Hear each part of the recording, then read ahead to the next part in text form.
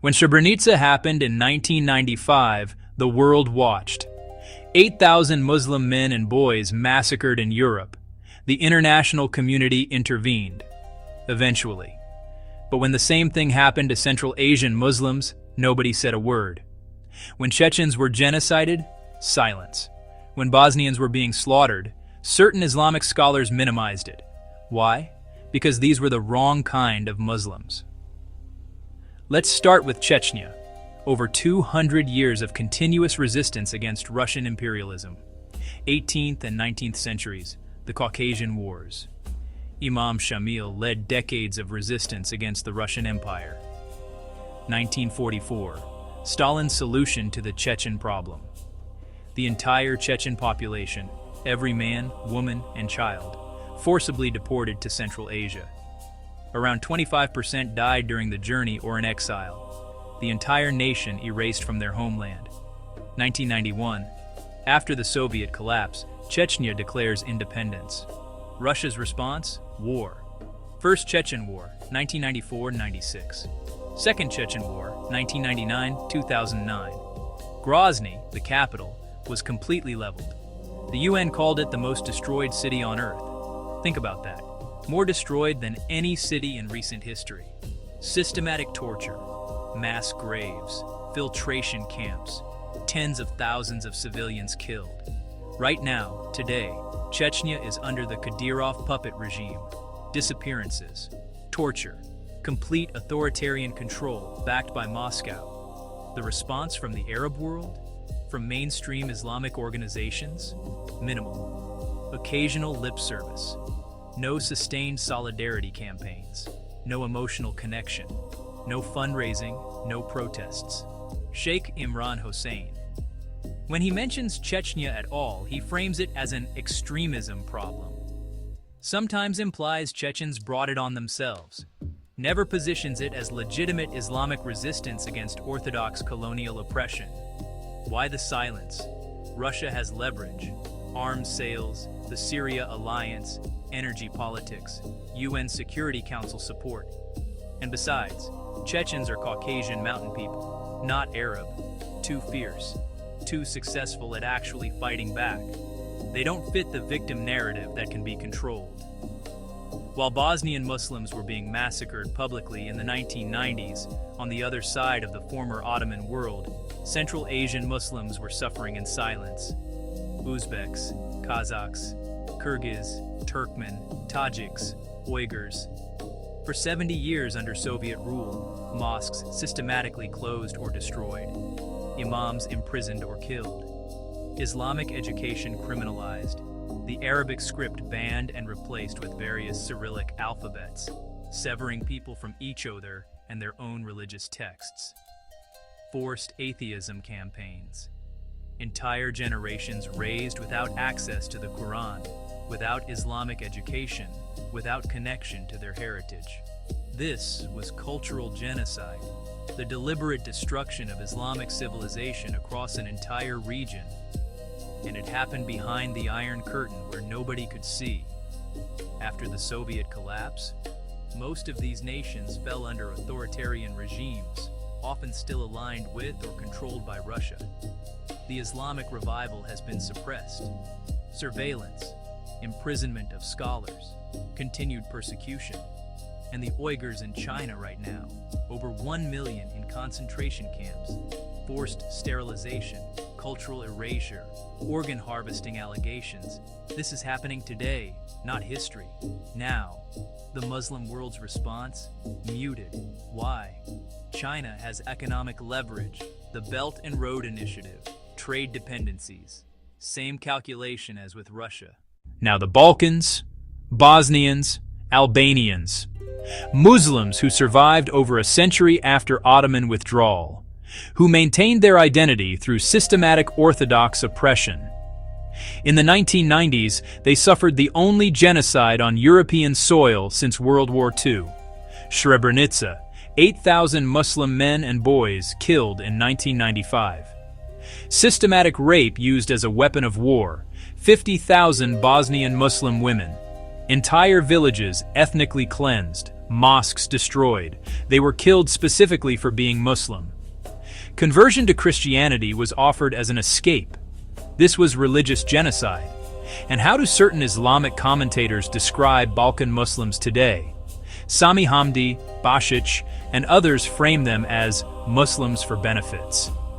Not really Muslim, just using Islam as an ethnic identity marker for political perks. What benefits? Being massacred? Ethnically cleansed? Having your mosques destroyed? Being treated as Oriental invaders in your own homeland? Sheikh Imran Hossein made videos minimizing the 1990s Balkan genocides. Not really genocide, just ethnic conflict. Both sides committed atrocities. The standard false equivalence, implicit message, they brought it on themselves for being the wrong kind of Muslims. Russia's role in enabling the Bosnian genocide through Serbian support? Never mentioned. Because Russia must be positioned as the ally. Notice the pattern. Chechens, Central Asians, Bosnians, Albanians. What do they have in common? All Turkic or connected to the Ottoman sphere. All maritime or mountain peoples. All on the periphery of the Arab world. All the wrong kind of Muslims. All suffered genocide or cultural erasure in the 20th century. All ignored by Arab-led Ummah discourse. All minimized or dismissed when they're mentioned at all. Palestinian suffering, rightfully, gets sustained attention because they can't just ignore an open wound so close to home. But these other Muslims? The erasure. The question is why? Why the selective outrage? Why are these Muslims systematically disappeared from Islamic consciousness? The answer goes back exactly 100 years, to a decision made by Arab leaders in 1916. A betrayal that shattered the last unified Islamic structure and led directly to a century of genocide, fragmentation, and weakness. It's the story nobody wants to tell, because admitting it means admitting who's really responsible for the suffering of Muslims across the globe. Next, the borders we made. Every Arab knows that Sykes-Picot destroyed the Middle East. Artificial borders drawn by British and French colonizers. Lines that ignored ethnic and religious realities. Divisions designed to keep Muslims weak and fighting each other. This is taught as historical fact. The villain origin story of modern Muslim suffering. But here's the question nobody asks. Who made Sykes-Picot possible? This is the story they don't want told. World War I is raging. The Ottoman Empire, weakened but still intact and still protecting Muslim populations across 3 continents. From the Balkans to the Caucasus to North Africa. The only Islamic caliphate. The last unified Muslim political structure. British intelligence identifies an opportunity. Arab nationalism. Resentment against Ottoman rule, which they've been cultivating for years. They find Arab leaders willing to listen. Enter T.E. Lawrence the Mahdi of Arabia. Along with British officials, he crafts a promise. Help us defeat the Ottomans and you'll get an independent Arab kingdom. Self-determination. Liberation from Turkish oppression. The propaganda was effective. Oppressive Turks ruling over Arabs. Never mind that the Ottomans were a multi-ethnic Islamic empire where Arabs held high positions. Never mind that the alternative was European colonial rule. Arab leaders make the choice. British promises over Islamic unity. The Arab Revolt begins. While Arab forces are fighting alongside the British against the Ottoman army, against fellow Muslims, something else is happening in London and Paris. May 1916, the Sykes-Picot Agreement. In secret rooms, British and French officials are drawing lines on maps, carving up the Middle East between themselves. Everything the Arabs were promised, being divided into colonial mandates. November 1917, the Balfour Declaration. Britain promises Palestine, Palestinian land, to the Zionist movement for a Jewish homeland. Arab forces help Britain win World War I. The Ottoman Empire collapses in 1922.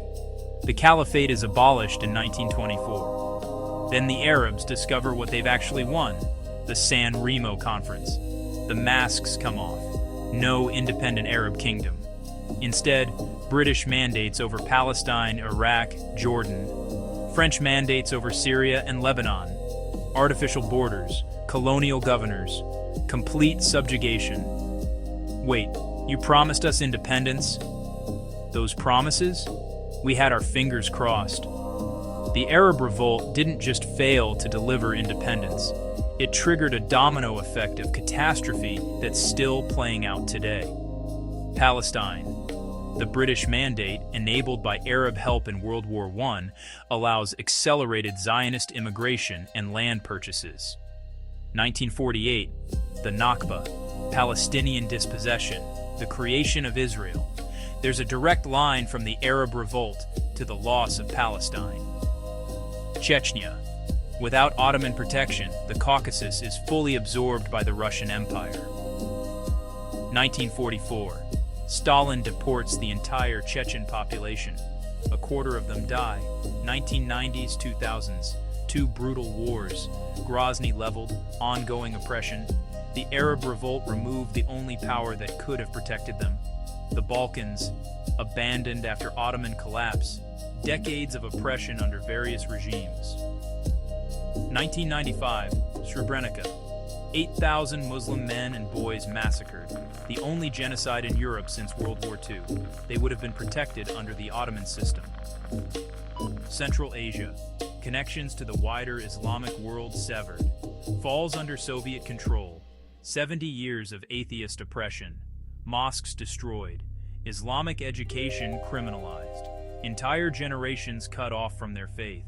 Now, Uyghurs in concentration camps. Over 1 million. Ongoing cultural genocide. Every border conflict in the Middle East, Iraq, Kuwait, Syria's internal divisions, Lebanon's sectarian system, artificial Sykes-Picot lines designed to create conflict. And Arabs helped create them by helping Britain win the war that made them possible.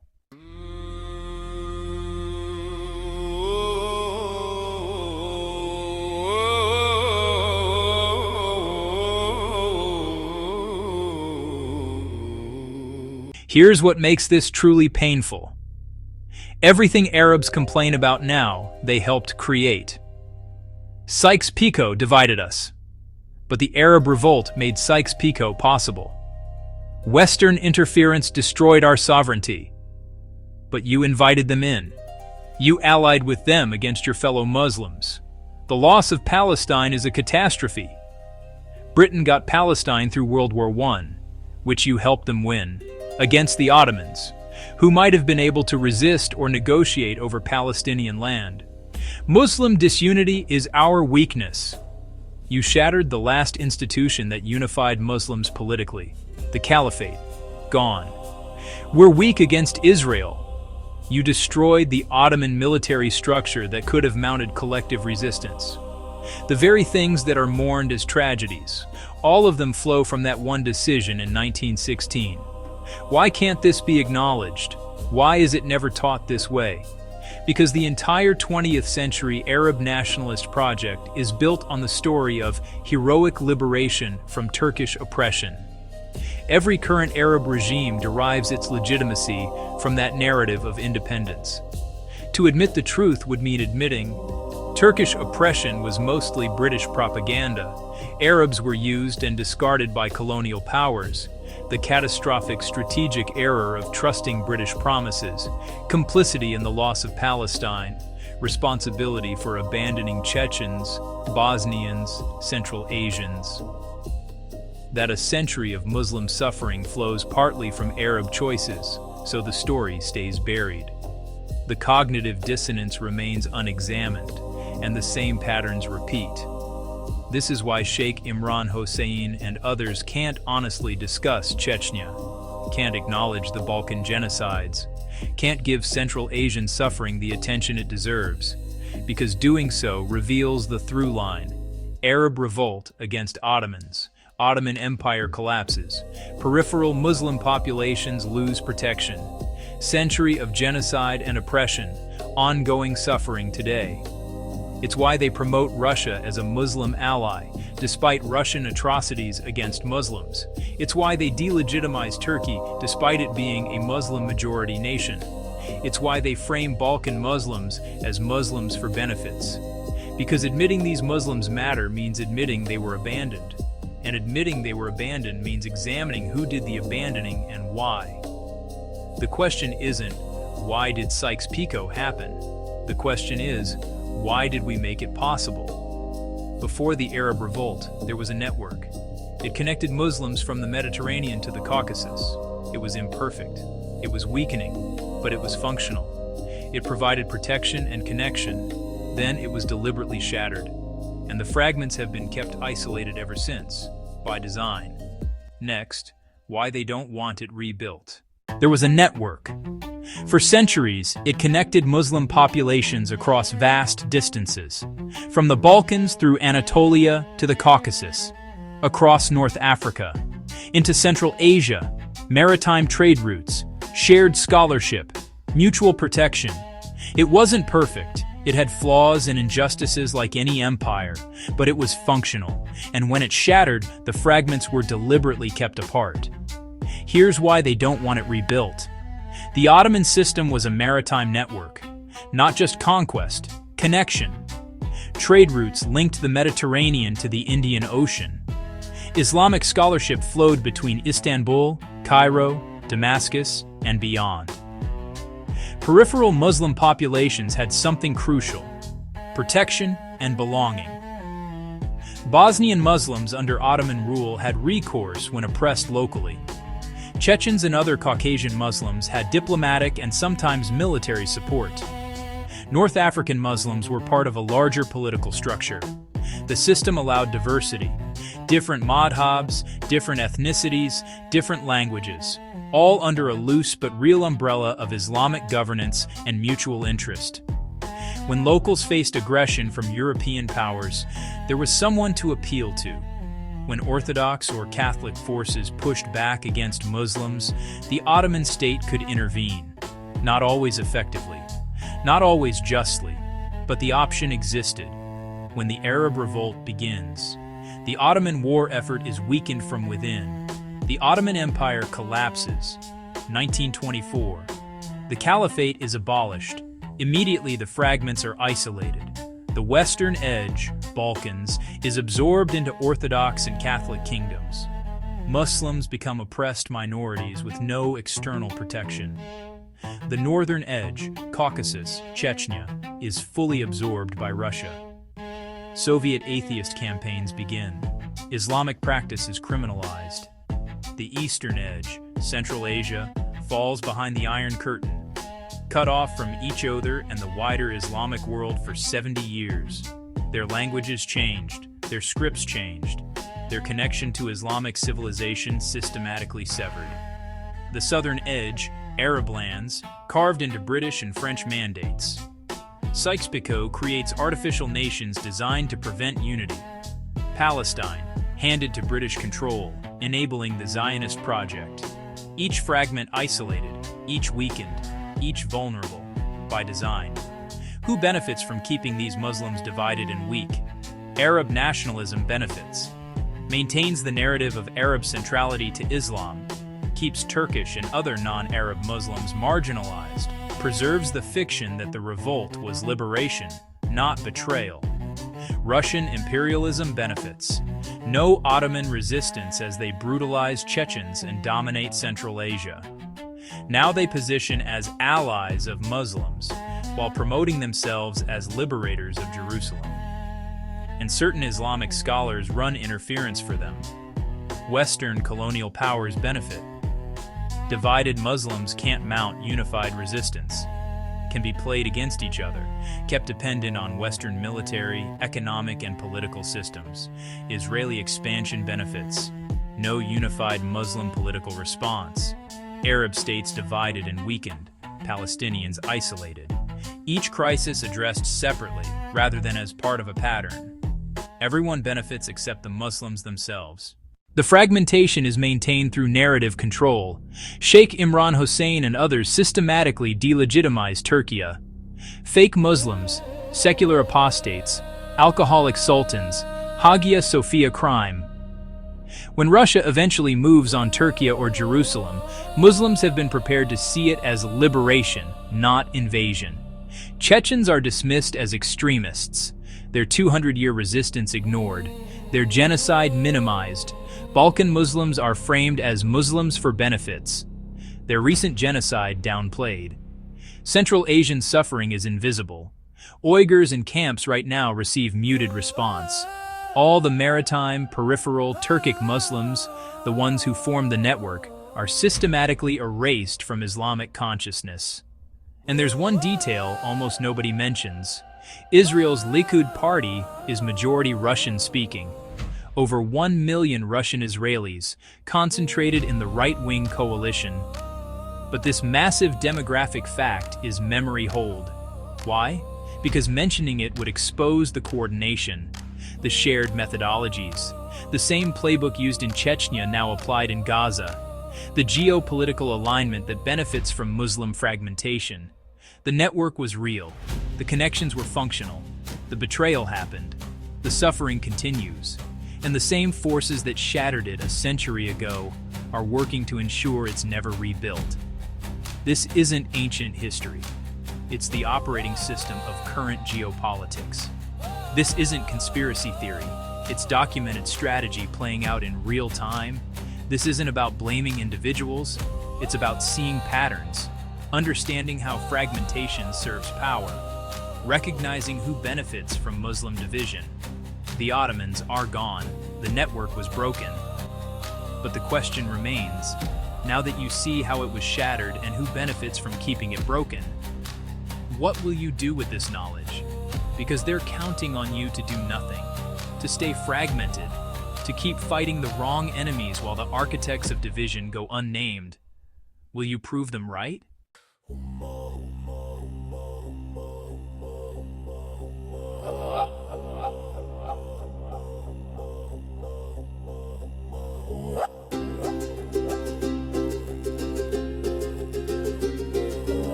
Dust rose high on the desert plain, yeah, Allah. Lines drawn in sand, they still remain.